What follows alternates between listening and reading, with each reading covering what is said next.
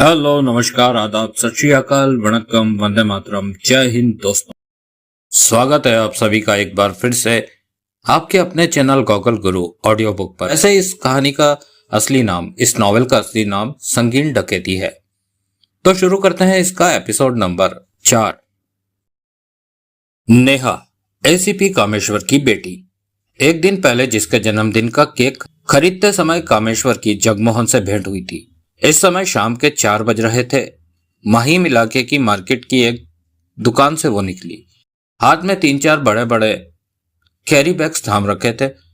देखने में वो साधारण थी, परंतु आकर्षक थी। मर्द एक ही निगाह में उसकी तरफ आकर्षित होते थे। 20 बरस की थी नेहा और कॉलेज के फाइनल ईयर में थी।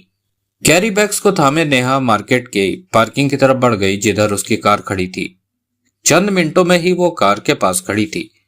कार का पिछला दरवाजा खोलकर नेहा ने लिफाफे रखे, दरवाजा बंद किया और ड्राइविंग डोर खोला कि तभी वो ठिठक गई। चेहरे पर अजीब से भाव आ ठहरे। अगला पहिया पंचर हुआ पड़ा था। ओफ! दरवाजा बंद करके वो अपने आप से कह उठी, यह मुसीबत भी अभी आनी थी। इसके साथ ही उसने नजरें दौड़ाई। तभी एक तरफ से जगमोहन निकलकर उसके पास आ पहुंचा। मैडम, आपकी कार का पहिया तो पंचर है। जगमोहन अपनेपन से कह उठा। हाँ, मैंने भी अभी ही देखा। आप उस तरफ जा रहे हैं तो जरा पार्किंग अटेंडेंट से कहकर किसी को मैं ही पहिया बदल देता हूँ। आप? हाँ, क्यों नहीं, 2 मिनट तो लगते हैं। जरा चाबी दीजिए, मैं स्टेपनी जैक पाना निकालता हूँ। नेहा ने आभार भरी निगाहों से जगमोहन को देखा, फिर उसे चाबी दे दी। जगमोहन फुर्ती से अपने काम पर लग गया। अगले 10 मिनटों में जगमोहन पहिया बदलकर फारिग हो चुका था। मुझे समझ नहीं आता कि मैं आपका शुक्रिया कैसे करूं। नेहा एहसान तले दबी कह उठी। आप एसीपी कामेश्वर की बेटी नेहा हैं? जगमोहन मुस्कुराकर बोला। ओह, नेहा चौकी, तो आप मेरे पापा को जानते हैं? हाँ, वो मेरे दोस्त हैं, तभी तो मैंने कार का पहिया बदला। जगमोहन हंसा। ओह, मुझे नहीं पता था। आपका बहुत बहुत शुक्रिया। शुक्रिया ना कहो, जगमोहन ने प्यार से कहा। मैं आज कामेश्वर से बात करने की सोच ही रहा था। जगमोहन ने जेब से मोबाइल निकालकर नेहा की तरफ बढ़ाया। लो, अपने पापा का नंबर मिलाओ। नेहा ने जगमोहन से फोन लिया, नंबर मिलाया, फिर कान से लगा लिया। जगमोहन शांत भाव से नेहा को देखता रहा। हेलो पापा, नेहा ने बात होते ही कहना चाहा। तभी जगमोहन ने फुर्ती से हाथ बढ़ाकर नेहा से मोबाइल ले लिया। नेहा ने अचकचाकर जगमोहन को देखा। जगमोहन ने मुस्कुराकर हाथ हिलाया और आगे बढ़ गया। फोन कान से लगाकर कहा, अपनी बेटी की आवाज तो सुन ली होगी एसीपी कामेश्वर। जगमोहन का स्वर कठोर था। कौन हो तुम? इतनी जल्दी मेरी आवाज भूल गए? कल शाम ही तो मुलाकात हुई थी, तो मुझे गिरफ्तार करने? जगमोहन, कामेश्वर की तेज आवाज कानों में पड़ी। बादाम खा रखे हैं तूने, याददाश्त अच्छी है तेरी। मेरी बेटी नेहा, कुछ कहना मत उसे क्यों बीच में ले? इस वक्त वो मेरे कब्जे में है। बेवकूफी मत करो, उसे तुरंत आजाद कर दो। बहुत गलत कर रहे हो तुम। मैंने उसका अपहरण इसलिए किया है कि तुम मेरी बात ध्यान से सुनो। जगमोहन की आवाज में सख्ती आ गई। नेहा को छोड़ दो, मैं तुम्हारी बात जरूर सुनूंगा। तुम्हारी बेटी बाद में आजाद होगी, पहले तुम मेरी बात सुनोगे। बीती शाम मैंने तुमसे बात करने की चेष्टा की तो तुमने रिवॉल्वर निकाल ली, मुझे गिरफ्तार करने का प्रयास किया। इसीलिए मजबूर होकर तुम्हारी बेटी को। मैं तुम्हारी बात सुनने को तैयार हूं, परंतु वादा करो कि मेरी बेटी को नुकसान नहीं पहुंचाओगे। नहीं पहुंचाऊंगा। बात खत्म होते ही उसे आजाद कर दोगे? वादा रहा। बात खत्म होते ही तुम उसे फोन करके उससे बात कर सकते हो। जगमोहन का लहजा कठोर था। कहो, क्या कहना चाहते हो तुम? एसीपी कामेश्वर का बेचैन स्वर कानों में पड़ा। मैं वो ही कहना चाहता हूं जो तुम्हें पहले ही कह चुका। वो सब बकवास है। तुम कहते हो कि तुमने और देवराज चौहान ने बैंक डकैती नहीं की, ज्वेलर शॉप नहीं लूटी। नहीं किया हमने ये काम। तुम मेरे पास आओ, मैं तुम्हें दोनों जगहों की सीसीटीवी फुटेज दिखाता हूं, फिर तुम कैसे इनकार? वही बात तो मैं तुम्हें समझाना चाहता हूं कि इन दोनों जगह डकैती डालने वाले मैं या देवराज चौहान नहीं थे, बल्कि हमारे चेहरों में वो कोई और लोग थे। वो देवराज चौहान और जगमोहन नहीं थे। जगमोहन ने दांत पींचकर कहा। जगमोहन को कामेश्वर की गहरी सांस लेने की आवाज आई। तुमने मेरी बात सुनी? मेरी बेटी को तुमने कैद कर रखा है। ऐसे में मैं तुम्हारी बात सिर्फ सुन सकता हूं, कह कुछ नहीं सकता। क्यों नहीं कह सकते?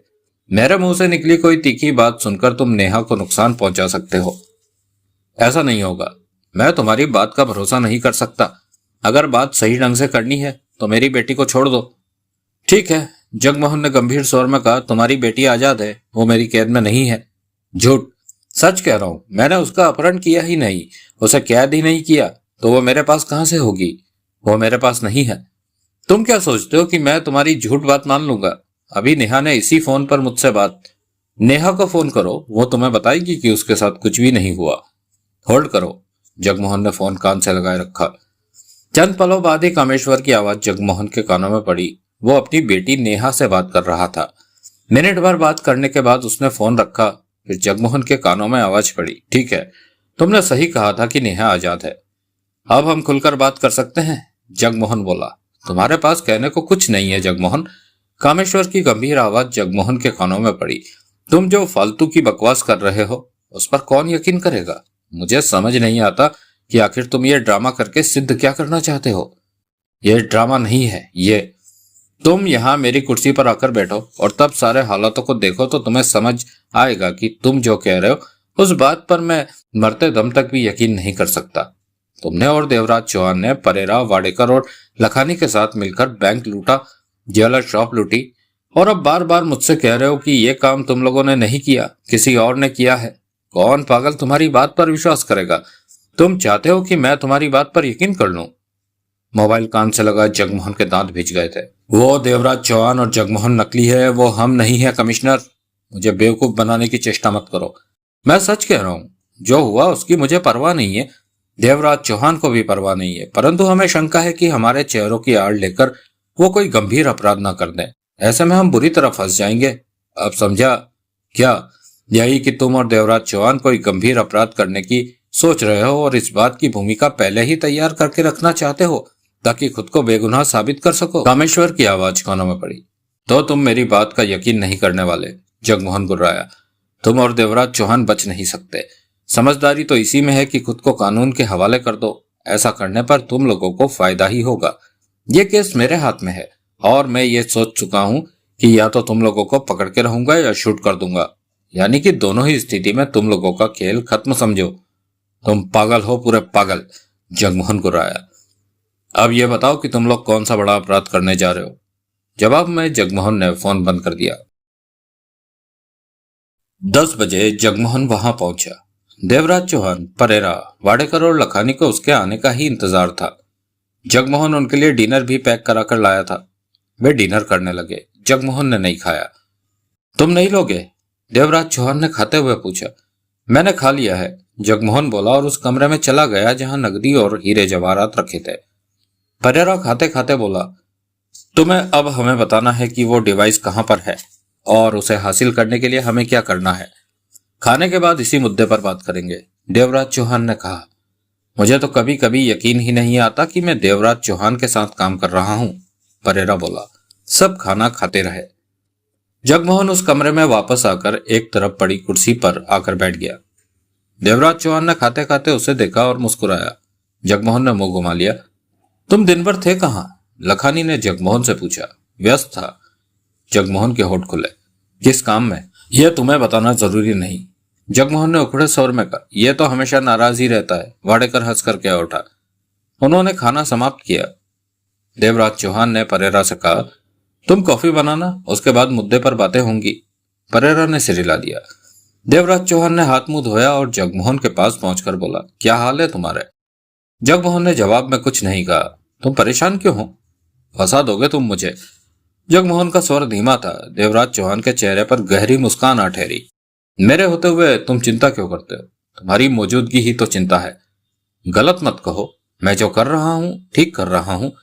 इस काम के बाद हमारे पास दौलत ही दौलत होगी और फंसेगा देवराज चौहान। मैंने देवराज चौहान को बुरी तरह फंसाने के लिए ही ये सब प्लान बनाया है। वो कमीना मुझे खत्म कर देना चाहता था। मेरी किस्मत अच्छी थी कि मैं बच गया। देवराज चौहान के चेहरे पर खतरनाक भाव नाच उठे। ये काम तो मैंने करना ही था, तो यही सोचा कि इस काम को देवराज चौहान के चेहरे की ओट में किया जाए। तुम्हें तो कमाल का हुनर है जगजीत। किसी के चेहरे का फेस मास्क तुम इतना बढ़िया बनाते हो कि कोई पहचान ही नहीं पाता कि सामने नकली चेहरा मौजूद है। यह सब जानने के लिए आपको पढ़नी होगी अनिल मोहन जी के पूर्व प्रकाशित उपन्यास RDX, डॉन का मंत्री, गुरु का गुरु। पहले भी मैं तुम्हारे बनाए फेस मास्क पहनकर देवराज चौहान को नचा चुका हूं। यह बात देवराज चौहान और जगमोहन भूले नहीं होंगे। उन्हें अच्छी तरह पता है कि ऐसे फेस मास्क जगजीत ही बना सकता है। सारा मामला अब तक वो समझ चुके होंगे और मुझे ढूंढ रहे होंगे। उन्हें यह भी विश्वास होगा कि इसके पीछे तुम हो। देवराज चौहान और जगमोहन की परवाह ही किसे है? पुलिस इस वक्त पूरे मुंबई में मुझे या तुम्हें नहीं, देवराज चौहान और जगमोहन को ढूंढ रही है। कोई सोच भी नहीं सकता कि यह सब कुछ वीरेंद्र त्यागी कर रहा है। इस मामले में मुझे कोई जानता तक नहीं। हर किसी को देवराज चौहान और जगमोहन की तलाश है। देवराज चौहान और जगमोहन जरूर हमें ढूंढ रहे होंगे, जगजीत ने चिंता भरे स्वर में कहा। परवाह नहीं, वो ये भी जानते हैं कि पुलिस को उनकी तलाश है। ऐसे हालात में हमें ठीक से वो ढूंढ भी नहीं पाएंगे। अगर वो हमारे काम करने से पहले पुलिस के हाथ लग गए तो? नहीं होगा ऐसा। तुम ये कैसे सोच लेते हो कि देवराज चौहान और जगमोहन पुलिस के हाथों में आ जाएंगे? इस वक्त वो अपनी जान बचाते किसी बिल में छुपे होंगे। देवराज चौहान मुस्कुराकर बोला, यकीनन उन्हें पूरा शक होगा कि यह काम मेरा है और उनके चेहरों के फेस मास्क तुमने ही बनाए होंगे, परंतु वो हमें तलाश करने की भी चेष्टा नहीं कर सकते, क्योंकि इन हालातों में वो खुले में घूम भी नहीं सकते। जगजीत रूपी जगमोहन ने व्याकुलता से देवराज चौहान को देखा। तुम किसी बात की चिंता मत करो। चिंता तो करनी पड़ती है। जब हम डिवाइस ले उड़ेंगे तो सोचो तब देवराज चौहान का क्या हाल होगा। हिंदुस्तान का पूरा कानून देवराज चौहान की तलाश में लग जाएगा। हिंदुस्तान की सरकार की नजरों में यह संगीन डकैती होगी, क्योंकि उस डिवाइस के गलत हाथों में पहुंच जाने का मतलब है दुनिया में तबाही। हमारे द्वारा यह काम करते ही देवराज चौहान के बुरे दिन शुरू हो जाएंगे। हमारी तलाश तो वह भूल जाएगा, अलबत्ता उसकी अपनी जान के लाले पड़े होंगे। जगमोहन ने गहरी सांस ली। मुझे तो यह सोचकर डर लगता है कि तुम्हारे इस पंगे में मैं भी देवराज चौहान के खिलाफ आ खड़ा हुआ हूं। किसी के चेहरे का मास्क बनाना अलग बात है, परंतु तुमने तो मुझे ही जगमोहन के रूप में खड़ा कर दिया। जरूरी था। देवराज चौहान के साथ जगमोहन भी दिखे तो यह बात उसे फंसाने के लिए मील का पत्थर साबित होगी। दोनों की जोड़ी हर जगह नजर आती है, तो न्यूक्लियर खोजी डिवाइस की डकैती में भी दोनों को साथ होना चाहिए। बैंक डकैती और ज्वेलर्स के यहाँ डकैती न्यूक्लियर खोजी डिवाइस की होने वाली डकैती का ही हिस्सा थी। वो इस तरह कि अब मुंबई पुलिस को पता है कि देवराज चौहान, जगमोहन, लखानी, परेरा और वाडेकर साथ मिलकर काम कर रहे हैं, और अब यही चेहरे न्यूक्लियर खोजी डिवाइस की डकैती के दौरान सीसीटीवी कैमरे में कैद होंगे। ऐसा होते ही देवराज चौहान का तो काम हो गया समझो, और हम फिर भी आजाद के आजाद रहेंगे। डिवाइस का सौदा करने के बाद अपने चेहरों में देवराज चौहान और जगमोहन के चेहरों वाले मास्क उतारकर जला देंगे और उसके बाद दौलत से खेलेंगे। ये सब आसान होगा इतना? क्यों नहीं, सब काम मुझ पर छोड़ दो। त्यागी हर काम चुटकियों में कर देता है। मुझे इस काम से दूर ही रखो। तुम मेरे साथ ही रहोगे, परंतु करना कुछ नहीं है तुम्हें। मैं सिर्फ यह चाहता हूं कि डिवाइस की डकैती के दौरान वहां के सीसीटीवी कैमरे तुम्हारे इस जगमोहन वाले रूप को कैद कर ले। हम यह काम कर लेंगे, पक्का कर लेंगे। मुझे तो यकीन नहीं आता। कभी कभार ये सब सोचकर मेरा दिल घबराने लगता है। तुम्हें यह बात कभी भी नहीं भूलनी चाहिए कि इस वक्त देवराज चौहान और जगमोहन हमें ढूंढने की पूरी कोशिश कर रहे होंगे। मैं उनकी परवाह नहीं करता, वो हमें नहीं ढूंढ सकेंगे। जानते हो वो दोनों कितने खतरनाक हैं। मैं क्या कम खतरनाक हूं? मुझे नहीं जानते तुम क्या? उसने सूखे होठों पर जीभ फेरी और दूसरी तरफ देखने लगा। तभी परेरा की आवाज आई, कॉफी तैयार है, यहीं आ जाओ सब, और बताओ डिवाइस कहाँ है और किस तरह के पैरे में है। देवराज चौहान और जगमोहन वहां से हटे और उनके पास कुर्सियों पर आ बैठे। गर्म कॉफी के 5 प्याले पड़े नजर आ रहे थे। देवराज चौहान ने कॉफी का प्याला उठाकर घूंट भरा। तुम्हें क्या हुआ है? लखानी ने जगमोहन से पूछा। जगमोहन का चेहरा चिंता से भरा पड़ा था। जवाब में वो बोला, मेरे पास करने को बहुत काम है, इन दिनों में जरा परेशान चल रहा हूं। वाडेकर ने कॉफी का प्याला उठाते हुए देवराज चौहान से कहा, अब उस डिवाइस के बारे में बताओ कि वो कहां है और उसे हम कैसे हासिल करेंगे। देवराज चौहान ने कॉफी का प्याला मेज पर रखा और सब पर नजर मारकर बोला, जुहू में 14 मंजिला इमारत है जो कि ग्रीन हाउस के नाम से जानी जाती है। यह एक सरकारी इमारत है। ग्रीन हाउस ऐसी इमारत है जिसमें आम आदमी का प्रवेश करना संभव ही नहीं है, क्योंकि ग्रीन हाउस में सरकार के गुप्त, गोपनीय और महत्वपूर्ण काम होते हैं। 24 घंटे वहां सुरक्षा का तगड़ा इंतजाम रहता है। इंतजाम भी ऐसा कि परिंदा पर नहीं मार सकता। तो फिर हम कैसे वहां कुछ कर सकते हैं? वाडेकर ने कहा, क्या वो डिवाइस उसी ग्रीन हाउस में है? हाँ। ओ, पहले मेरी बात पूरी सुन लो, उसके बाद ही इस बारे में बात होगी, देवराज चौहान ने कहा। इस इमारत में raw, CBI, STF, crime branch, इसी तरह के महत्वपूर्ण सरकारी कामों के ऑफिस हैं और हर डिपार्टमेंट को एक एक फ्लोर अलॉट किया हुआ है। इस इमारत में काम करने वाले, बेशक वो कितने भी बड़े ऑफिसर हो, अपना पहचान पत्र दिखाए बिना भीतर प्रवेश नहीं कर सकते। बेशक उन कर्मचारियों को गार्ड्स जानते हों, परंतु पहचान पत्र दिखाना जरूरी है, देखना जरूरी है। ऐसा इस वास्ते किया गया है कि किसी भी स्थिति में लापरवाही ना हो। मिलने आने वाले लोगों को अच्छी तरह से परखा जाता है, उनकी जांच पड़ताल होती है, आने का कारण पूछा जाता है, फिर इंटरकॉम पर उस व्यक्ति से बात होती है जिससे मिलने वो आया होता है। यानी कि पूरी तसल्ली के बाद ही उसे भीतर जाने दिया जाता है। यानी कि पूरी तसल्ली के बाद ही भीतर जाने दिया जाता है। ये तो सच में बहुत तगड़े इंतजाम है। इमारत के मुख्य गेट से लेकर अंदर तक लिफ्ट में दीवारों पर जगह जगह सीसीटीवी कैमरे लगे हैं। यानी कि अगर कोई आदमी खुद को उन कैमरों की नजरों से बचाना भी चाहे तो बचा नहीं सकता। तीनों गंभीरता से देवराज चौहान की बात सुन रहे थे। जगमोहन परेशान दिख रहा था। खैर, हमें डिवाइस की तरफ आना चाहिए जहां पर हमने काम करना है, देवराज चौहान ने कहा। ग्रीन हाउस इमारत की 11वीं मंजिल ऐसी है जहां पर कोई काम नहीं होता। 11वीं मंजिल को सुरक्षा से भरे वार्ड का रूप दे रखा है और वहां पर बहुत महत्वपूर्ण चीजें रखी जाती है, ऐसी चीजें जो देश के लिए बेहद महत्वपूर्ण होती है। डिवाइस 11वीं मंजिल पर है, परेरा बोला। हाँ, 11वीं मंजिल पर लिफ्ट रुके तो उसके दरवाजे नहीं खुलते, क्योंकि 11वीं मंजिल पर मौजूद सिक्योरिटी के हाथों में है लिफ्ट के दरवाजे खोलना या नहीं खोलना। 11वीं मंजिल पर किसी को काम होता है तो पहले वहां की सिक्योरिटी से फोन पर बात करनी होती है। सिक्योरिटी को तसल्ली हो जाए तब ही कोई 11वीं मंजिल पर प्रवेश कर सकता है। वहां की सिक्योरिटी का हेड कमिश्नर देवधर है, जो कि एक बेहद सख्त किस्म का इंसान है। सिक्योरिटी वालों पर हर वक्त नजर रखता है कि वो सब अलर्ट पोजीशन में है या नहीं।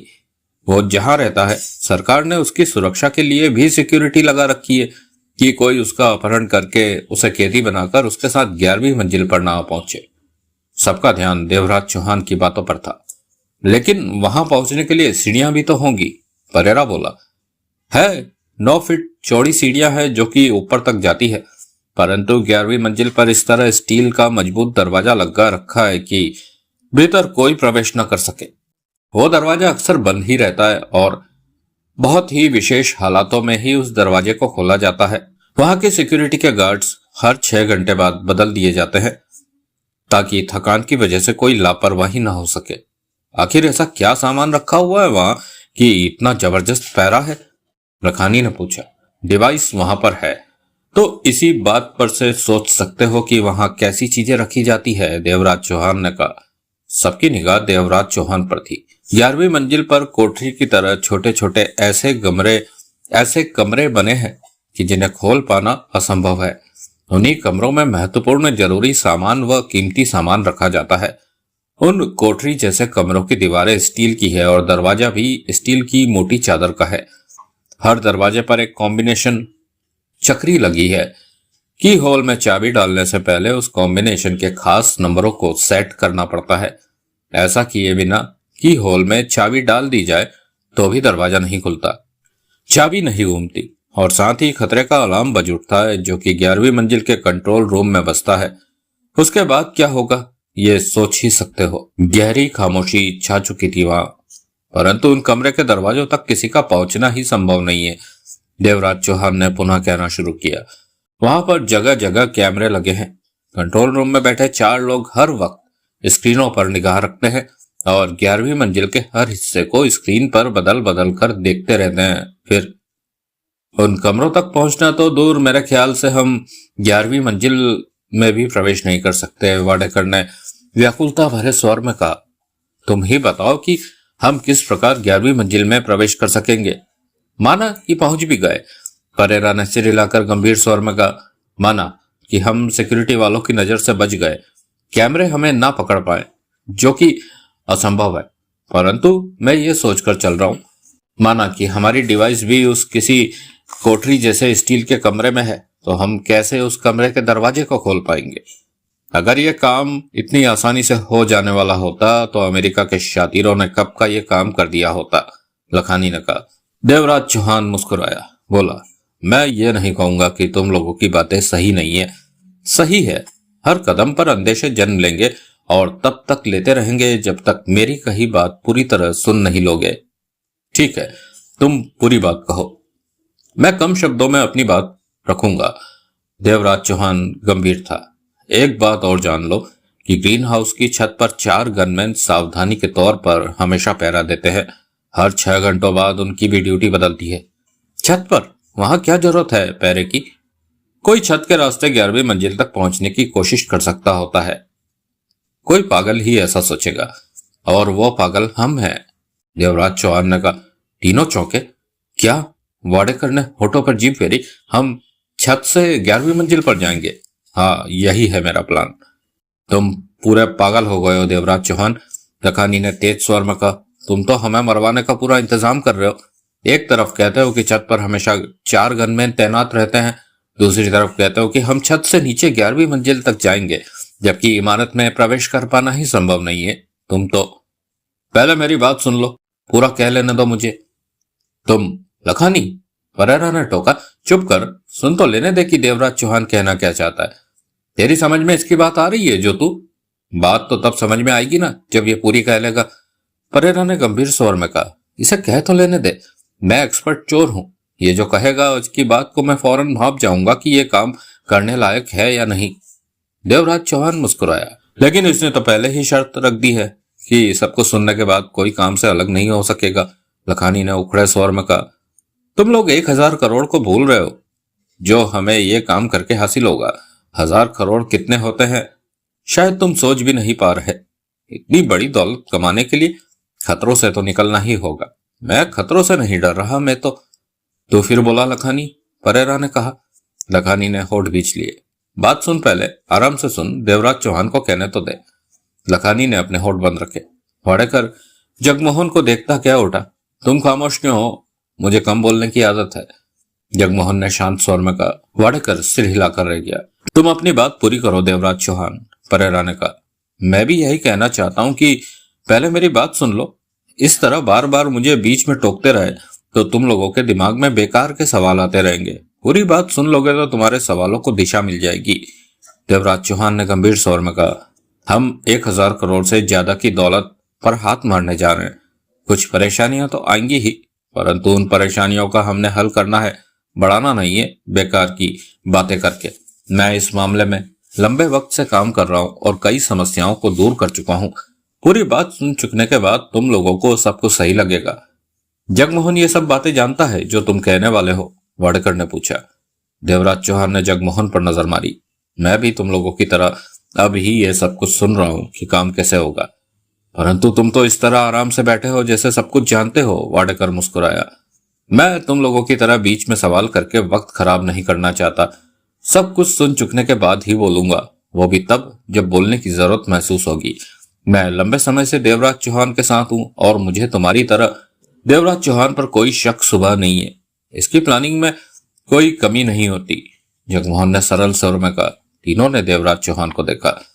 अब सुनते रहो मेरी बात, बीच में ठोकना मत, देवराज चौहान ने कहा। हमारा काम शुरू होगा 10वीं मंजिल पर आग लगने से, और इसके लिए हमें 1 करोड़ रुपए देना होगा।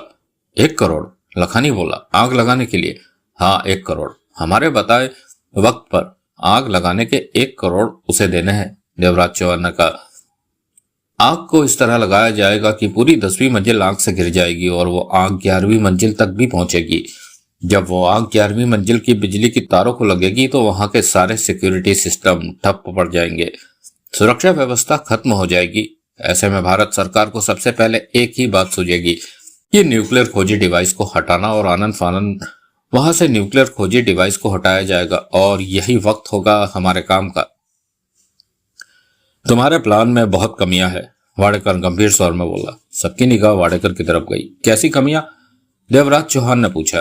तुम किसी को 1 करोड़ दोगे कि 10वीं मंजिल पर आग लगा दी जाए? बहुत कठिनता से मैं ऐसे बंदे को तलाश कर पाया हूं जो ये काम करेगा। इस बात का क्या भरोसा कि वो ठीक से आग लगा पाने में सफल होगा। सफल हो भी गया तो क्या भरोसा कि वो आग 11वीं मंजिल को नुकसान पहुंचा सकेगी। क्या पता तब तक फायर ब्रिगेड पहुंचकर आग पर काबू पा ले। देवराज चौहान मुस्कुराया। तुम्हारे अंदेशे सही है, इन पर मैं पहले ही सोच चुका हूं, परंतु सब ठीक है। आग लगाने वाले व्यक्ति से कई बार इसी मुद्दे पर मेरी लंबी बातचीत हुई है। मैं तुम सबको बता दूं कि आग इस तरह लगाई जाएगी कि फौरन ही वो भड़क कर 11वीं मंजिल को अपने चपेट में ले ले। फायर ब्रिगेड के पहुंचने तक हमारी पसंद के मुताबिक काम हो चुका होगा। अगर ना हुआ तो उस स्थिति में हमारा 11वीं मंजिल तक पहुंचना बहुत आसान होगा। अनजाने लोगों को तब 11वीं मंजिल की सिक्योरिटी, तब हम लोग वहां फायर ब्रिगेड वालों के कपड़े में होंगे। देवराज चौहान ने कहा, हम इस तरह के इंतजाम के साथ बाहर मौजूद रहेंगे और जैसे हालात होंगे वैसा ही काम उसी ढंग से किया जाएगा। हो सकता है कि 11वीं मंजिल तक आग ही ना पहुंचे, तब क्या होगा? लखानी बोला। तब भी हम फायर ब्रिगेड के कर्मचारियों की वर्दी में 11वीं मंजिल पर प्रवेश कर लेंगे। देवराज चौहान बोला। और अगर आग पहुंच गई तो? परेरा ने पूछा। तो उस स्थिति में हमें तय करना होगा कि हम फायर ब्रिगेड के कर्मचारी बनकर 11वीं मंजिल पर पहुंचे या उस वक्त का इंतजार करें जब वहां से लोग डिवाइस को किसी सुरक्षित जगह पर पहुंचाने की चेष्टा में डिवाइस के साथ बाहर निकले। परंतु तब हमें क्या पता चलेगा कि वे लोग कब डिवाइस के साथ बाहर निकल रहे हैं? तब तो बिल्डिंग में आग लगी होगी, बौखलाहट में लोग अंदर बाहर हो रहे होंगे। ऐसे में अगर कुछ लोग डिवाइस के साथ बाहर निकलते हैं तो हमें इसकी हवा भी नहीं लगेगी। ऐसा होने पर 11वीं मंजिल का एक आदमी मुझे फोन पर बताएगा। देवराज चौहान ने कहा। तीनों की नजरें मिली। मतलब कि 11वीं मंजिल का कोई आदमी तुम्हारा साथ देने को तैयार है? वाडेकर ने पूछा। हाँ, उसे तैयार करने में मुझे बहुत ज्यादा मेहनत करनी पड़ी। वो सिर्फ इस हद तक ही मेरे साथ है कि मौके पर इस बात की खबर फोन पर मुझे दे देगा कि डिवाइस को कब वहां से कहीं और पहुंचाया जा रहा है। ये खबर पाने के बाद हम उन लोगों के पीछे लग जाएंगे जो डिवाइस ले जा रहे होंगे और मुनासिब मौके पर उनसे डिवाइस छीन लेंगे। इसका मतलब अभी ये तय नहीं है कि हम आखिर ये काम किस तरह करेंगे, परेरा बोला। अभी ये तय नहीं है, इस बात को मौके पर हालातों के अनुसार ही तय किया जाएगा। देवराज चौहान ने कहा। जैसा कि मैं बता चुका हूं कि हमारे पास दो रास्ते हैं, या तो हम फायर ब्रिगेड के कर्मचारियों के रूप में 11वीं मंजिल पर प्रवेश करेंगे या हम उस वक्त का इंतजार करेंगे जब वो डिवाइस के साथ किसी सुरक्षित स्थान पर जाने के लिए निकलते हैं। मान लो, लखानी ने कहा, हम फायर ब्रिगेड के कर्मचारियों के रूप में 11वीं मंजिल पर पहुंच जाते हैं तो तब वहां क्या करेंगे? कैसे हासिल करेंगे न्यूक्लियर खोजी डिवाइस को? क्योंकि वो तो किसी स्टील की कोठरी में रखी होगी। ताला खोलने के लिए हमें पहले दरवाजे के कॉम्बिनेशन नंबरों को सेट करना होगा, जिसकी हमें जानकारी नहीं है। जानकारी हो भी तो नंबर सेट करने के बाद दरवाजे का ताला कैसे खोला जाएगा? उसके लिए चाबी की दरकार है। देवराज चौहान ने जेब से 6 इंच लंबी चाबी निकाल कर मेज पर रख दी। यह है वो चाबी। देवराज चौहान ने कहा। 4 नंबर कमरे में न्यूक्लियर खोजी डिवाइस रखी गई है। उस दरवाजे पर लगे लॉक वाली चक्री को 145 यानी कि 145 के अंकों पर सेट करके इस चाबी से दरवाजा खोला जा सकेगा और हम 1 मिनट के अंदर न्यूक्लियर खोजी डिवाइस को पा लेंगे। तुमने तो पूरी तैयारी कर रखी है। लखानी ने गहरी सांस ली। 4 महीनों से इसी पर काम कर रहा हूं। परेरा ने चाबी उठाकर उसे ध्यानपूर्वक देखकर कहा। यह चाबी डुप्लीकेट है या असली है? बनवाई गई है। किसने बनाई? उसी ने बनवा कर दी है जो 11वीं मंजिल पर मेरा साथी है। देवराज चौहान बोला। फिर तो यह जरूरी नहीं कि यह चाबी ठीक से काम कर पाए, मौके पर दगा भी दे सकती है। परेरा ने कहा। उसने इस चाबी को दरवाजे पर लगाकर चेक कर लिया है, ठीक से काम करती है ये। तुमने तो हर तरफ से बढ़िया तैयारी कर रखी है। कितना पैसा दिया इस आदमी को? 2.5 करोड़ तय हुआ है। 50 लाख दे चुका हूं और काम से पहले 2 करोड़ देना है। तुम काफी बड़ी रकमें लुटा रहे हो। जरूरी है, ये ऐसा नाजुक काम है कि कोई तैयार नहीं होगा। रकमें बड़ी जरूर है, परंतु मुझे इसी बात की तसल्ली है कि मेरा काम उसी तरह हो रहा है जैसा मैं चाहता था। वैसे भी हम उस डिवाइस को इतनी बड़ी कीमत में बेचेंगे कि जो खर्चा इस काम में हुआ होगा वो मामूली है। फिर खर्चा तो हमने उसी दौलत से देना है जो हमने अब लूटी है। 2 पल के लिए वहां खामोशी आ ठहरी। लखानी ने चुप्पी को तोड़ते हुए कहा। उस वक्त हम आग बुझाने वाले बनकर 11वीं मंजिल पर जाते हैं तो जरूरी नहीं वो हमें भीतर आने दे। उन्हें आने देना पड़ेगा। देवराज चौहान ने विश्वास भरे स्वर में कहा। किस विश्वास के साथ कह सकते हो यह बात? निचली मंजिल पर आग लगी होगी, लपटे ऊपरी मंजिल पर पहुंच रही होगी। ऐसे में सब घबराए होंगे कि आग 11वीं मंजिल को ना पकड़ ले। ऐसे वक्त पर फायर ब्रिगेड के कर्मचारियों को तो वे भगवान समझेंगे। देवराज चौहान ठीक कहता है, परेरा ने सिर हिलाया। मान लो कि वो नहीं जाने देते तो, लखानी पुनः बोला। तो तब उन लोगों को शूट करना हमारी मजबूरी होगी। हम आसानी से उन्हें शूट कर सकते हैं, मार सकते हैं। वे तो सपने में भी नहीं सोच सकते कि फायर ब्रिगेड के लोग गोलियां भी चला सकते हैं। हमारे सामने वो असावधान होंगे, देवराज चौहान ने तीनों को देखकर कहा। और अगर वो डिवाइस को लेकर किसी सुरक्षित जगह के लिए निकलते हैं तो क्या तब भी उन्हें मारना होगा, लखानी ने पूछा। हाँ, उन्हें मारे बिना हम डिवाइस हासिल नहीं कर पाएंगे। मुझे कोई ऐतराज नहीं, लखानी ने कहा। इतनी बड़ी दौलत के लिए 2, 4, 8, 10 को मार देना तो मामूली बात है। मैं कुछ कहना चाहता हूँ, परेरा बोला। क्या? मैं पेशेवर चोर हूँ और यह बात ज्यादा बेहतर जानता हूँ कि कब कहाँ हाथ मारना चाहिए। सबकी निगाह परेरा पर टिक चुकी थी। मेरे ख्याल से न्यूक्लियर खोजी डिवाइस को हासिल करने की जगह 11वीं मंजिल ज्यादा ठीक रहेगी, देवराज चौहान मुस्कुराया। क्यों? वाडेकर ने पूछा। सड़क पर किसी से कोई चीज छीनने में हम चूक भी कर सकते हैं, परेरा ने पुनः कहा, परंतु 11वीं मंजिल पर यह काम करे तो ज्यादा ठीक होगा। वहां पर हम सिक्योरिटी वालों को मार चुके होंगे, निचली मंजिल पर आग लगी होगी, हर जगह तब भागा दौड़ी मची होगी और हमारे पास पर्याप्त वक्त होगा डिवाइस को वहां से निकाल ले जाने का। देवराज चौहान, हमें 11वीं मंजिल का नक्शा भी चाहिए ताकि हम जान सके कि 4 नंबर कोठरी कहाँ पड़ती है। उसे ढूंढने में हमारा वक्त बर्बाद ना हो। वक्त बर्बाद नहीं होगा, मैं नक्शा जान चुका हूँ, देवराज चौहान बोला। कागज पर 11वीं मंजिल का नक्शा बनाकर दिखा दूंगा। काम 11वीं मंजिल पर किया जाए या सड़क पर, हमें कोई फर्क नहीं पड़ता। मेरे ख्याल में काम को सड़क पर ही करना ज्यादा ठीक होगा, वाडेकर ने कहा। कभी नहीं, परेरा बोला, ये ठीक नहीं होगा। हमें ये सोचकर नहीं चलना चाहिए कि 11वीं मंजिल पर सुरक्षा में सिर्फ न्यूक्लियर खोजी डिवाइस ही है। वहां पर और भी कई महत्वपूर्ण सरकारी दस्तावेज हो सकते हैं और आग लगने के वक्त बाकी की महत्वपूर्ण चीजों को भी डिवाइस के साथ बाहर ले जाया जा सकता है। ऐसे में सड़क पर काम करने के दौरान हमारे पास इतना वक्त नहीं होगा कि हम उस सामान में से डिवाइस को पहचान ले। हम चूक भी कर सकते हैं और डिवाइस की जगह कोई और सामान लेकर आनन फानन में भाग सकते हैं। जबकि ये बात हमें पक्की तरह निश्चित कर लेनी है कि ग्रीन हाउस की 11वीं मंजिल की 4 नंबर कोठरी में डिवाइस मौजूद है और वहां से उसे हम आसानी से हासिल कर सकते हैं। परेरा ठीक कहता है, जगमोहन पहली बार बोला। हमें यह तय करके चलना चाहिए कि हमें कहां पर हाथ मारना है और तैयारी उसी हिसाब से की जानी चाहिए, परेरा ने कहा। चंद पलों की चुप्पी छा गई। तुम क्या कहते हो देवराज चौहान, लखानी बोला। इस वक्त हम बराबर के साथी है, देवराज चौहान ने कहा। सबकी राय महत्वपूर्ण है, जो बातें पसंद आती जाए वो रखते रहो और बाकी बातें अपने से दूर कर दो। वैसे मुझे परेरा की बात ठीक लग रही है कि काम को अलग ही तरीके से करना होगा। यह बात पहले तय करके सारा ध्यान हमें उसी पर लगाना चाहिए। फायर ब्रिगेड के कर्मचारियों के रूप में हम आसानी से 11वीं मंजिल पर प्रवेश पा लेंगे और वहां के हालातों पर भी काबू पा लेंगे। मुझे यह बात ठीक लगती है, लखानी ने वाडेकर को देखकर कहा। मैं ऐतराज नहीं उठा रहा, वाडेकर बोला। मैंने तो अपना विचार सामने रखा था, परंतु जैसा रास्ता तुम सबको ठीक लगता है वैसा मुझे भी मंजूर है। हमें मिलकर काम करना है। परेरा पुनः क्या उठा। काम कब से शुरू करना है देवराज चौहान? आग कब लगाई जाएगी 10वीं मंजिल पर? जब हम अपनी तैयारियां पूरी कर लेंगे, देवराज चौहान बोला। तैयारियों का सबसे पहला जरूरी काम है, जिन लोगों को मैंने सेट किया है उन्हें पैसे दे देना, जैसे कि आग लगाने वाले को और 11वीं मंजिल पर मौजूद उसे जो मुझे वहां की खबरें देगा। इस काम में हम तुम्हारे साथ है, लखानी बोला। वो लोग पसंद नहीं करेंगे कि उन्हें ज्यादा लोग जाने, देवराज चौहान ने लखानी को देखा। हम में से एक को तो तुम साथ रख ही सकते हो, लखानी बोला। बहुत जरूरी हो तो एक को रख सकता हूं। तो मैं तुम्हारे साथ रहूंगा, परेरा बोला। लखानी ने परेरा को घूरा। परेरा दांत फाड़कर मुस्कुराया। तभी देवराज चौहान ने गंभीर स्वर में कहा, इसके साथ ही हमें अपनी तैयारियों की तरफ भी ध्यान देना होगा और उसके बाद वो दिन तय करना है कि जब हम काम करेंगे। परंतु सबसे पहले हमें उन लोगों को पैसा देना है जो इस काम में हमारे काम आएंगे। मैं उनसे बात करता हूँ। देवराज चौहान उठा और जेब से फोन निकालकर दूसरे कमरे में चला गया। तीनों ने एक दूसरे को देखा। फिर परेरा जगमोहन से बोला, तुम्हें क्या लगता है कि हम सफल हो जाएंगे? मुझे देवराज चौहान पर पूरा भरोसा है, जगमोहन बोला। वो हमेशा हर काम में सफल होता है।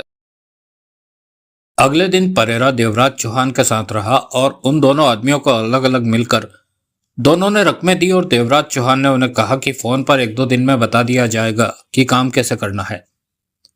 इस काम से फारिग होकर परेरा ने देवराज चौहान से पूछा, 10वीं मंजिल पर किसका ऑफिस है? सीबीआई का। फिर तो आग लगने से सीबीआई का रिकॉर्ड नष्ट हो जाएगा। तुम्हें क्यों चिंता हो रही है? मैं तो बस यूं ही। तभी परेरा का मोबाइल बजा। दोनों इस वक्त फुटपाथ पर जा रहे थे। हेलो, परेरा ने बात की। परेरा, पिंटो की आवाज आई। यार, पैसे की सख्त जरूरत है। तो परेरा के चेहरे पर झुंझलाहट के भाव उभरे। क्यों दूं मैं तुम्हें पैसा? मैं तेरा चचेरा भाई हूं। मैं तुझे पहले कौन सा पैसा देता रहा हूं जो अब दूं? अब भला ऐसा क्या हो गया जो? यार, तूने बहुत मोटा हाथ मारा। मैं तेरे को पैसे नहीं दूंगा, परेरा ने उखड़े स्वर में कहा।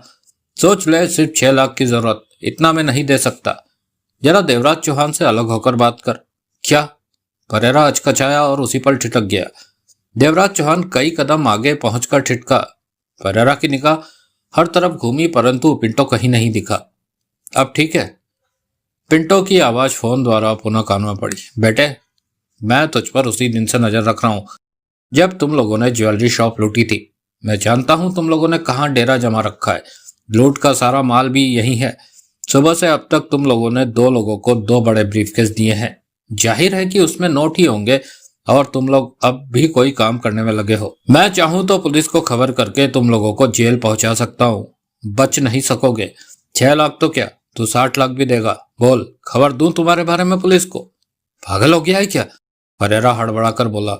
समझदारी वाली बात की तो तू मुझे पागल कहने लगा। मुझे लगता है तेरे से बात करके कोई फायदा नहीं है। मुझे देवराज चौहान से ही बात करनी होगी। नंबर बता देवराज चौहान का। परेरा की निगाह हर तरफ घूम रही थी। मुझे ढूंढ रहा है? पिंटो की आवाज कानों में पड़ी। तू जिस तरह पंगा खड़ा कर रहा है वो अगर देवराज चौहान को पता चल गया तो मार देगा वो तुझे। उससे पहले ही तुम लोग जेल में पहुंच जाओगे। देवराज चौहान का नंबर नहीं बता रहा तो पुलिस को तुम लोगों के बारे में बताकर कुछ इनाम पा लेता हूं। कोशिश करूंगा कि 5 लाख इनाम मिल जाए। क्यों खुद को मुसीबत वाले काम में फंसा रहा है? देवराज चौहान का फोन नंबर नहीं दिया तो मैं पुलिस को खबर कर दूंगा, पिंटो ने उधर से सख्त स्वर में कहा। साले, तेरे से तो मैं बाद में निपटूंगा, परेरा ने खुद पर काबू पाते हुए कहा। 6 लाख चाहिए तुझे? अभी तो इतने से ही काम चला लूंगा। शाम तक तेरे को पैसा दे दूंगा पर उसके बाद तू हम पर नजर नहीं रखेगा। नहीं रखूंगा, उधर से पिंटो ने हंसी भरे स्वर में कहा। 10 लाख पूरा कर देना। परेरा ने फोन बंद कर दिया। पिंटो इस वक्त भारी मुसीबत लग रहा था। फोन जेब में रखते हुए परेरा आगे खड़े देवराज चौहान के पास पहुंचे। किसका फोन था? पिंटो का। उसे 10 लाख देना जरूरी है। उस पैसे में से मैं 10 लाख ले सकता हूं ना? जरूरी हो तो ले सकते हो, देवराज चौहान ने कहा। जरूरी है, परेरा ने गुस्सा अपने भीतर दबाते हुए कहा। लखानी, वाडेकर और जगमोहन सुबह से ही फायर ब्रिगेड की वर्दियां और टोप वगैरह का इंतजाम करने में लगे हुए थे। देवराज चौहान ने उसे बता दिया था कि क्या क्या चीजें चाहिए। सबसे पहले उन्होंने अच्छी कंडीशन वाली पुरानी मारुति वैन खरीदी थी। इसी में ही दोपहर हो गई थी। उसके बाद वे बाकी सामानों के इंतजाम में लग गए थे। उनका पूरा दिन व्यस्तता से भरा रहा परंतु काम तब भी पूरे नहीं हो सके थे। शाम 7 बजे देवराज चौहान और परेरा उसी मकान पर पहुंचे। ये भी दिन भर तैयारी के सिलसिले में भागदौड़ करते रहे थे। सबके लिए हथियारों का इंतजाम करना था देवराज चौहान ने। परेरा उसके साथ रहा था और शाम तक हथियारों का इंतजाम उन्होंने कर लिया था। मैंने पिंटो को 10 लाख देना है, परेरा ने देवराज चौहान से कहा। ले लो, देवराज चौहान उसे देखकर बोला। दे दो।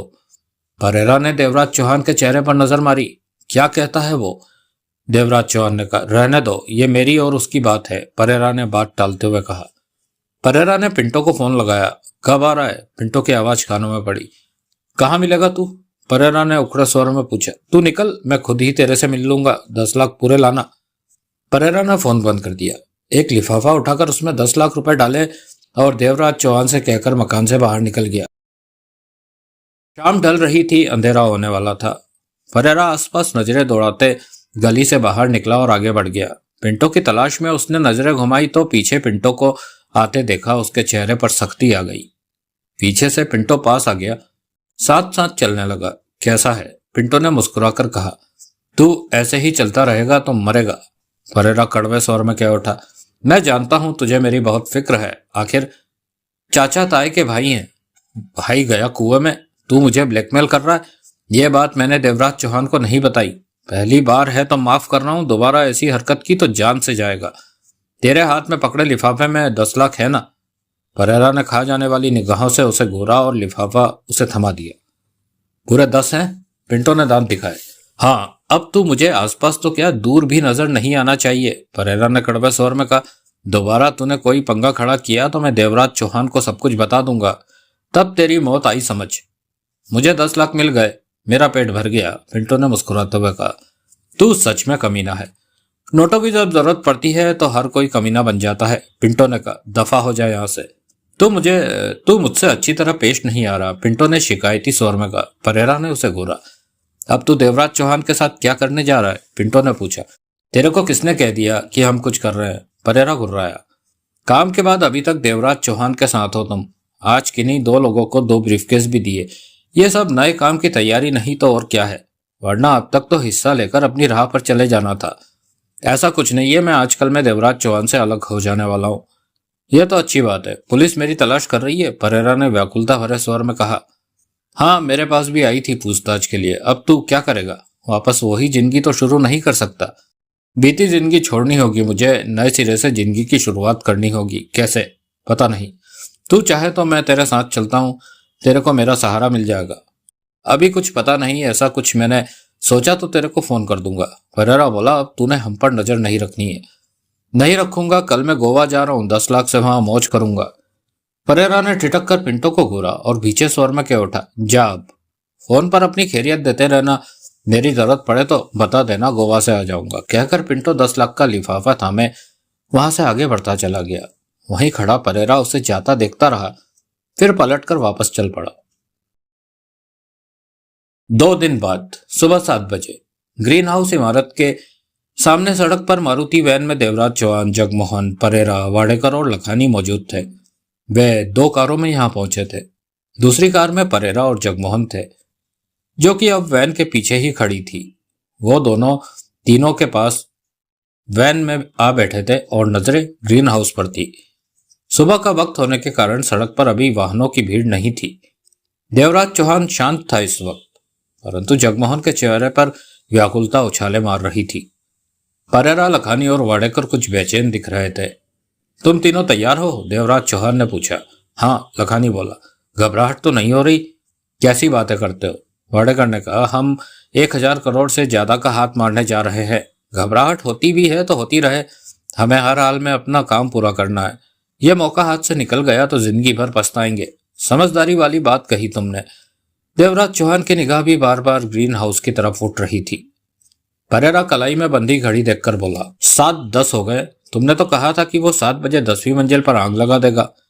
कभी भी हमें आग की लपटें दिखाई दे सकती है, और अगर उसने काम नहीं किया तो, वाडेकर बोला।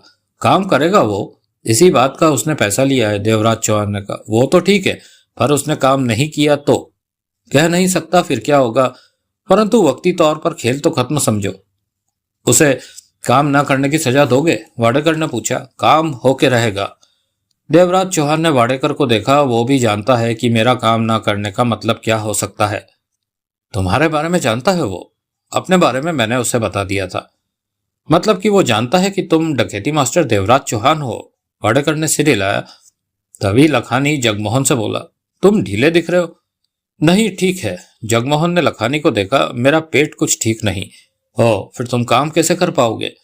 ये काम कर लेगा, देवराज चौहान ने मुस्कुरा कर कहा। हर काम से पहले इसका पेट अवश्य खराब होता है। कमाल है, लखानी ने गहरी सांस ली। ये तो वो देखो। उसी पल परेरा ने कहा, वो धुआं। सबकी निगाह 10वीं मंजिल की एक खिड़की से निकलते धुएं पर जा टिकी। काम शुरू हो गया, देवराज चौहान ने सतर्क मुद्रा में कहा। सबके चेहरों पर चौकन्ने होने के भाव दिखे। हमें जल्दी से फायर ब्रिगेड के कर्मचारियों की ड्रेस पहन लेनी चाहिए, परेरा ने कहा। वो कपड़े, सामान कहाँ है? लखानी ने पूछा। पीछे वाली कार में रखें। जल्दी मत करो, वाडेकर बोला। पहले आग लग लेने दो, फायर ब्रिगेड आने में भी वक्त लगेगा। और कोई वक्त नहीं लगेगा, देवराज चौहान की निगाह खिड़की से निकलते धुएं पर थी। फायर ब्रिगेड को किसी ने फोन किया तो 10-15 मिनटों में यहाँ फायर ब्रिगेड की गाड़ियां आ जाएंगी। हमें हर वक्त तैयार रहना है। तो हम आग बुझाने वाले कर्मचारियों के कपड़े पहन लें, परेरा बोला। हाँ, पीछे कार में जाओ और एक एक करके कपड़े पहनने शुरू कर दो। ऐसा करते हुए लोगों की नजर में मत आना। एक जाए और कपड़े पहनकर इस वैन में आ बैठे, फिर दूसरा जाए, देवराज चौहान ने कहा। पहले मैं जाता हूँ, परेरा ने कहा और दरवाजा खोलकर वैन से निकला और पीछे खड़ी कार की तरफ बढ़ गया। जगमोहन ने शांत स्वर में देवराज चौहान से कहा, इस तरह तो हमारा काम नहीं होने वाला। क्या मतलब? देवराज चौहान ने जगमोहन को देखा। 2-3 मिनट से खिड़की से सिर्फ धुआं ही निकल रहा है, जबकि हमें ऐसी जबरदस्त आग चाहिए जो कि 10वीं मंजिल से निकलकर 11वीं मंजिल तक पहुंच जाए। अगर इसी प्रकार खिड़की से धुआं ही निकलता रहा तो फायर ब्रिगेड की गाड़ी आएगी और 5 मिनट में सब ठीक कर देगी। देवराज चौहान ने कुछ नहीं कहा। दूर ग्रीन हाउस की 10वीं मंजिल की खिड़की से निकलते धुएं को देखने लगा। परंतु जगमोहन की बात में दम था, जिसे समझकर वाडेकर बोला, जगमोहन ठीक कह रहा है, वो बेवकूफ आंख बढ़ा क्यों नहीं रहा वहां? वो जरूर कुछ कर रहा होगा। देवराज चौहान ने होठ भींच कर कहा। तभी वे चौंके। हो गया काम।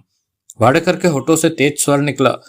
उनके देखते ही देखते खिड़की से जहां से धुआं निकल रहा था वहां से आग का बहुत बड़ा गोला बाहर निकला और अगले ही पल खिड़की पर आग की बड़ी बड़ी लपटें दिखाई देने लगी। इसी के साथ ही दिखाई देने वाली अन्य खिड़कियों से धुआं फिर आग दिखाई देने लगी, जो कि पल प्रतिपल बढ़ रही थी। हर तरफ धुआं ही धुआं और आग दिखाई देने लगी थी। ये सब कुछ देखते ही देखते चंद मिनटों में हो गया था। उनके चेहरे मुस्कान से खिल उठे थे। अब हुआ हमारी पसंद का काम, लखानी बोला। देवराज चौहान की आंखों में तीव्र चमक लहरा उठी। आग की लपटें 10वीं मंजिल की खिड़कियों से निकलकर ऊपर की तरफ जा रही थी। तभी वैन का दरवाजा खुला और परेरा ने फायरमैन की वर्दी में भीतर बैठते हुए कहा, वहां बहुत बढ़िया ढंग से आग लगी दिखाई दे रही है। हमारे पास वक्त कम है। देवराज चौहान ने कहा, जल्दी ही फायर ब्रिगेड की गाड़ियां यहां होंगी। जल्दी से सब फायरमैन के कपड़े पहन लो।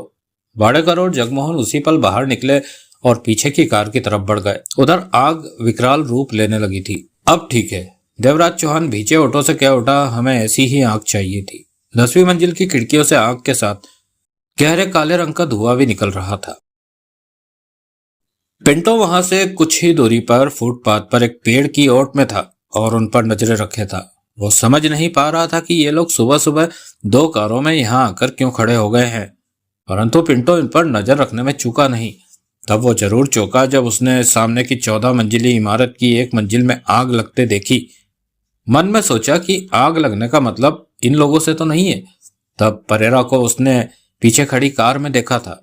चौंका तो तब जब परेरा को फायरमैन की वर्दी पहने कार से निकलकर वापस उस वैन में जाते देखा। पिंटो सतर्क हो गया। वो समझ गया कि सामने वाली इमारत में जो आग लगी है इससे इनका मतलब है। तभी तो ये फायरमैन की वर्दियां पहन रहे हैं। उस इमारत में आग बुझाने वाली कर्मचारी बनकर कुछ करने वाले हैं ये। हराम ज्यादा परेरा। पिंटो कड़वे स्वर में बड़बड़ा उठा, मुझे भी इस काम में साथ में ले लेता तो क्या चला जाता उसका। 15 मिनट में ही आग बहुत ज्यादा भड़क चुकी थी। धुआं इतना निकल रहा था कि उससे ऊपर की मंजिल छिपने लगी थी। आग की लपटें बड़ी बड़ी खिड़कियों से निकलकर 11वीं मंजिल तक पहुंचने लगी थी।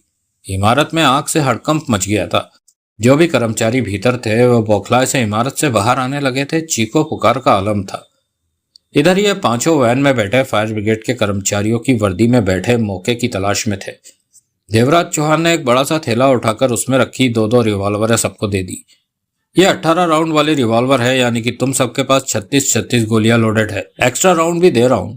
देवराज चौहान ने सख्त स्वर में कहा, जब हम 11वीं मंजिल पर पहुंचेंगे तो वहां मौजूद किसी भी सिक्योरिटी वाले को जिंदा नहीं छोड़ना है। गोलियां चलाकर सबसे पहले उन्हें खत्म करना है। जो दिखे उसे मारते जाओ। मारना जरूरी है? परेरा ने पूछा। बहुत जरूरी है। देवराज चौहान का स्वर और भी कठोर हो गया। मैं नहीं चाहता कि कोई हमारा प्लान खराब करे। ऐसे मौके पर कोई भी मुसीबत खड़ी कर देता है। जो भी दिखे मारते जाओ। कुछ पूछने या सवाल करने की तो जरूरत ही नहीं है। मैं और परेरा उस न्यूक्लियर खोजी डिवाइस को हासिल करेंगे। तुम लोग सिक्योरिटी वालों को मारने और पहरेदारी पर लग जाना। ऐसा होते ही सबको अपनी जान बचाने और मुकाबला करने की पड़ जाएगी और मैं परेरा के साथ आसानी से 4 नंबर कोठरी से डिवाइस और बाकी सामान निकाल लूंगा। हमारे पास काम करने को काफी वक्त होगा, परंतु हमने जल्दी से जल्दी काम खत्म करके निकल जाना है। बाहर लगी आग के कारण गोलियों की आवाजें भी कोई मंजिल तक पहुंच रही है। कोई नहीं सुन पाएगा, सुनेगा तो यही समझेगा कि आग में कोई पटाखे बज रहे हैं। इस तरह तो वहां काफी लोग मरेंगे। वाडेकर बोला, वो हमारे लिए फायदे का ही होगा। पुलिस जितनी परेशान होगी लाशें देखकर उतनी ही हमसे दूर होगी। हमने सिर्फ अपना काम पूरा करना है। न्यूक्लियर खोजी डिवाइस का मालिक बनना है ताकि 1000 करोड़ से ज्यादा में उसका सौदा कर सकें। देवराज चौहान अपने शब्दों पर जोर देकर कह रहा था, हमारे काम के रास्ते में जो भी आए उसे शूट कर दो। फायर ब्रिगेड वालों के ये कपड़े हमें हर तरह की मुसीबत से बचाएंगे। हम आसानी से इमारत के भीतर प्रवेश कर सकेंगे। 11वीं मंजिल में प्रवेश कर सकेंगे। वहां की सिक्योरिटी सोच भी नहीं पाएगी कि फायर ब्रिगेड के लोग उन पर गोलियां चला सकते हैं। जब तक वो समझेंगे तब तक वे जन्नत नशीन हो चुके होंगे। सबकी नजरें मिली। सामने इमारत में जबरदस्त आग लगी दिखाई दे रही थी। भीतर के लोग सड़क पर आते जा रहे थे और जमघट लग गया था वहां। तुमने अभी कहा कि हम डिवाइस और बाकी सामान निकाल लेंगे, बाकी सामान में क्या है? फरेरा ने कहा। एक छोटी सी मशीन है जिसमें डिवाइस लगाई जाती है। उस मशीन का कनेक्शन कंप्यूटर में दिया जाता है और फिर हम कंप्यूटर स्क्रीन पर डिवाइस जिस न्यूक्लियर हथियार की मौजूदगी जो हमें न्यूक्लियर हथियारों की मौजूदगी दिखाएगी, मशीन द्वारा उस न्यूक्लियर हथियार को कंट्रोल हम अपने हाथों में ले सकते हैं और सिर्फ एक ही क्लिक पर न्यूक्लियर हथियार में विस्फोट कर सकते हैं। मतलब कि डिवाइस के साथ वो मशीन भी जरूरी है, बहुत जरूरी है, वरना वो डिवाइस बेकार है। परंतु इतनी बड़ी मशीन को हम कैसे? वो छोटी सी है, जैसे कि डीवीडी प्लेयर होता है, देवराज चौहान ने कहा। हो, फिर तो उसे ले जाना आसान होगा, परेरा ने सिर हिलाया। देवराज चौहान ने सबको देखा, बोला, क्या तुम में से किसी को यह लगता है कि हम सफल नहीं हो सकेंगे? हम जरूर सफल रहेंगे, वाडेकर बोला। हम में से कोई अलग भी हो सकता है। ऐसा हुआ तो उसे वहीं ठिकाने पर पहुंचना है, हम वहीं मिलेंगे। अभी तक फायर ब्रिगेड की गाड़ियां नहीं, जगमोहन ने कहना चाहा। ठीक इसी पल फायर ब्रिगेड की गाड़ियों की टन टन सुनाई देने लगी। तैयार हो जाओ, देवराज चौहान बोला। फायर ब्रिगेड की गाड़ियां आ गई है, हमें फायर ब्रिगेड के कर्मचारी बनकर उन्हीं में शामिल हो जाना है। मन में ये बात तय रखो कि हमें हर हाल में अपना काम पूरा करके बाहर आना है। ग्रीन हाउस की 11वीं मंजिल पर हड़कंप मचा हुआ था। वहां धीरे धीरे धुआं ही धुआं भर रहा था। सिक्योरिटी पर 16 गनमैन थे, जिनमें से 4 उस वक्त कंट्रोल रूम में मौजूद थे। सिक्योरिटी चीफ श्याम पारेख बौखलाया सा इधर उधर घूम रहा था। सर, तभी एक गनमैन ने उसे टोका, कुछ ही देर में तो यहां दम घुटने लगेगा। अब हम क्या करें? पहले खुद पर काबू पाओ, श्याम पारेख ने उकड़े स्वर में कहा। बाहर फायर ब्रिगेड की गाड़ियां पहुंचने की आवाज सुनाई दे रही है। वो कुछ ही देर में स्थिति पर नियंत्रण पा लेंगे। लेकिन सर, सब कुछ तो यहाँ बंद है, धुआं कहाँ से आ रहा है? शाफ्ट से। वहां पर हमने ऊंचाई के रोशनदान खोल रखे हैं। अपनी जगह पर सतर्क रहो। क्या हमें कोई खतरा है? ऐसा कुछ नहीं है। हमारी नीचे वाली मंजिल पर आग लगी हुई है, शायद शॉर्ट सर्किट की वजह से। घबराने की आवश्यकता नहीं है, कुछ ही देर में फायर ब्रिगेड के कर्मचारी आग पर काबू पा लेंगे। कहने के साथ ही श्याम पारेख वहां से हटा और आगे बढ़ते हुए मोबाइल निकालकर नंबर मिलाने लगा। मिनट भर में ही वो अपने ऑफिसर से बात कर रहा था।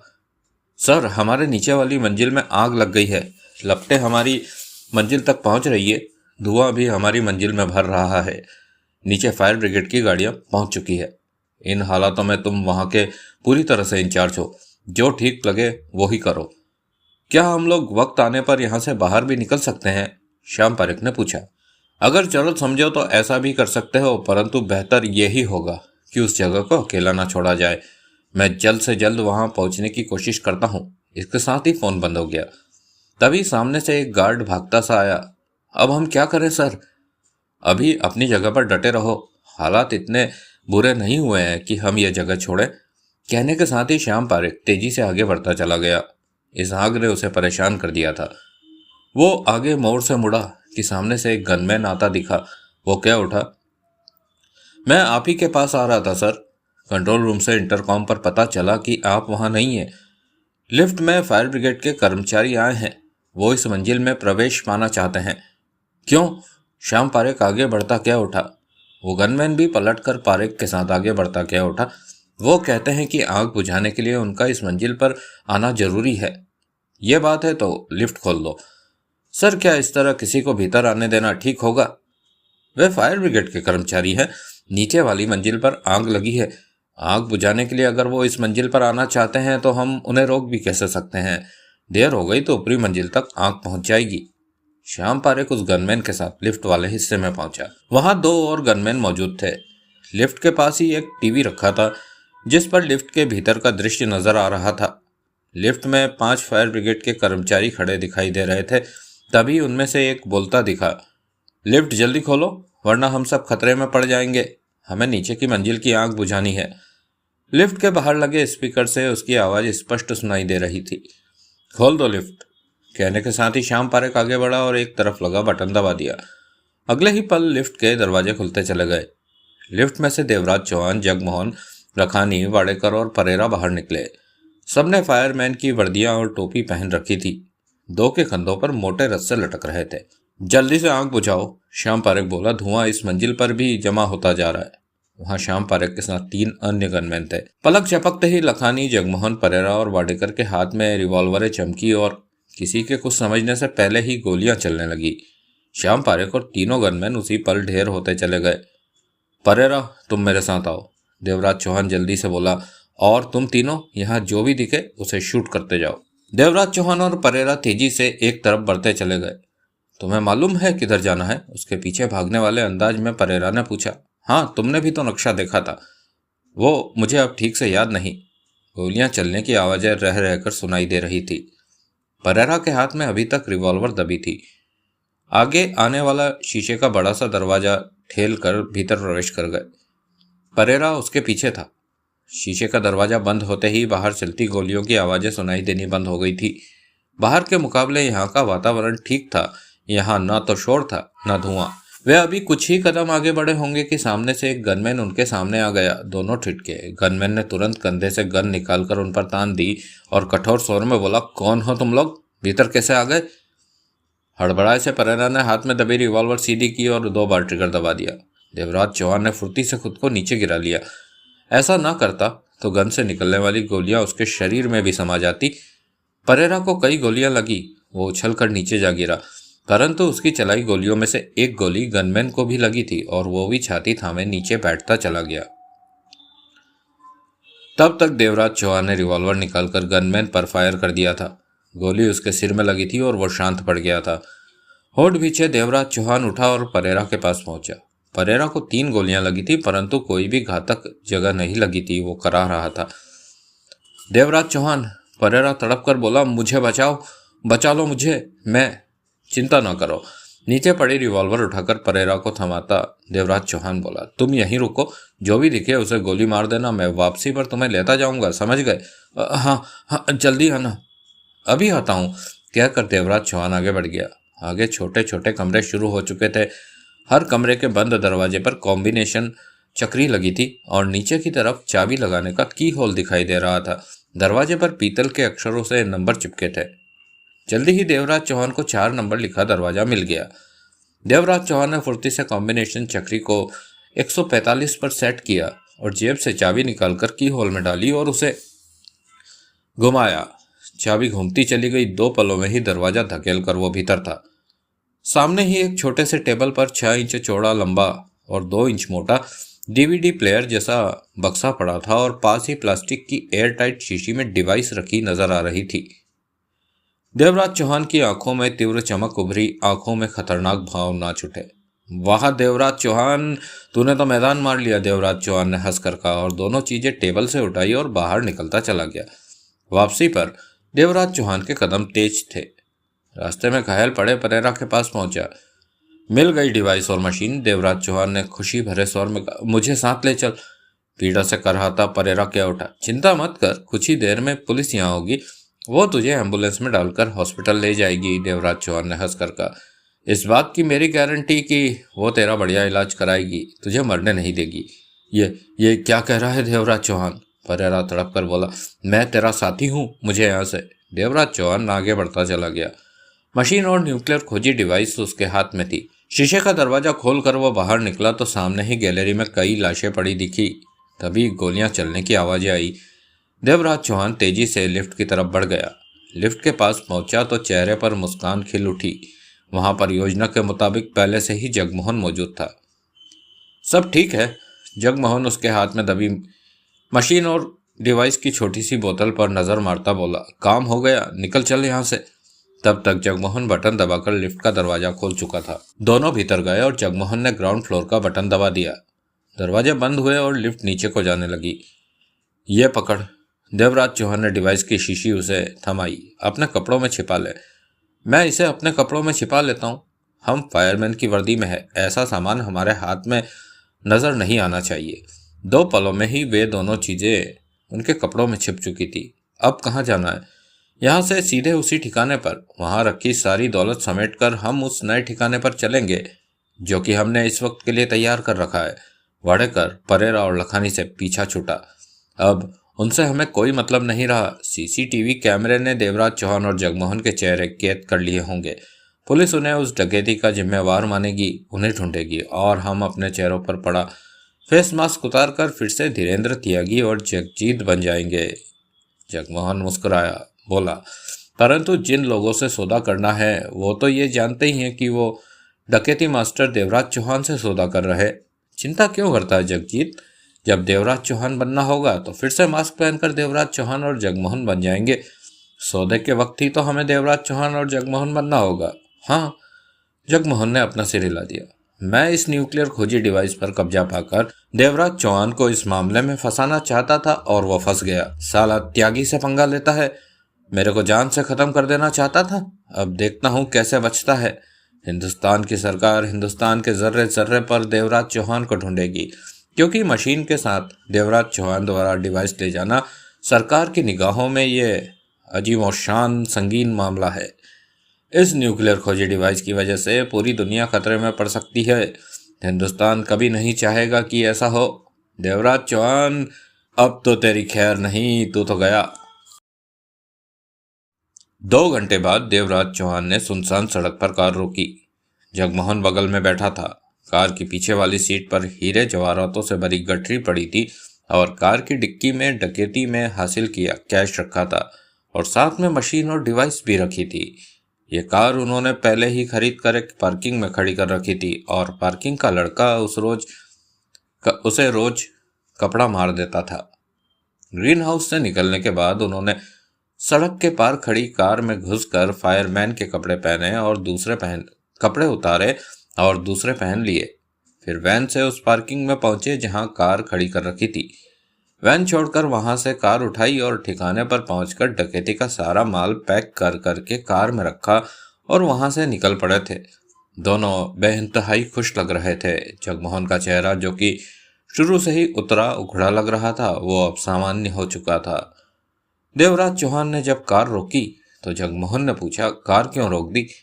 अपने असली रूप में आने के लिए। अब देवराज चौहान का चेहरा रखना खतरनाक है, हमें वापस अपने रूप में आना होगा। कहने के साथ ही आधे मिनट की चेष्टा के बाद उसने अपने चेहरे पर लगा रखा फेस मास्क निकाल कर अलग कर दिया। नीचे वीरेंद्र त्यागी का चेहरा चमक उठा। कितनी देर बाद तुम्हारा चेहरा देखा है। जगमोहन हंसकर बोला, मास्क को संभाल के रखना, अभी जरूरत पड़ेगी। मैं नहीं चाहता कि देवराज चौहान के चेहरे का मास्क बनाने में मुझे दोबारा मेहनत करनी पड़े। लाओ, मुझे दो।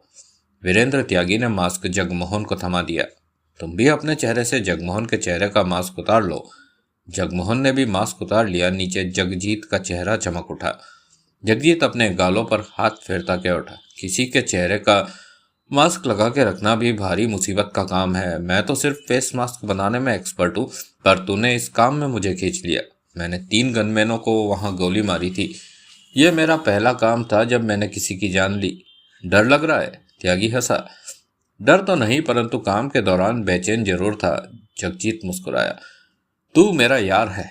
मैंने तुझे इसीलिए काम में लिया कि तू भी मोटी रकम कमा सके।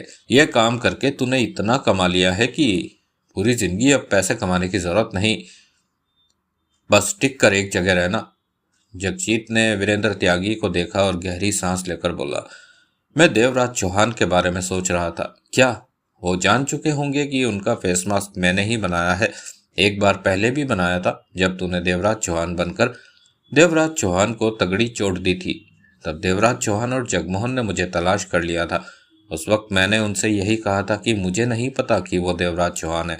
मेरे पास कोई तुम्हारी तस्वीर लेकर आया और मैंने मास्क बना दिया।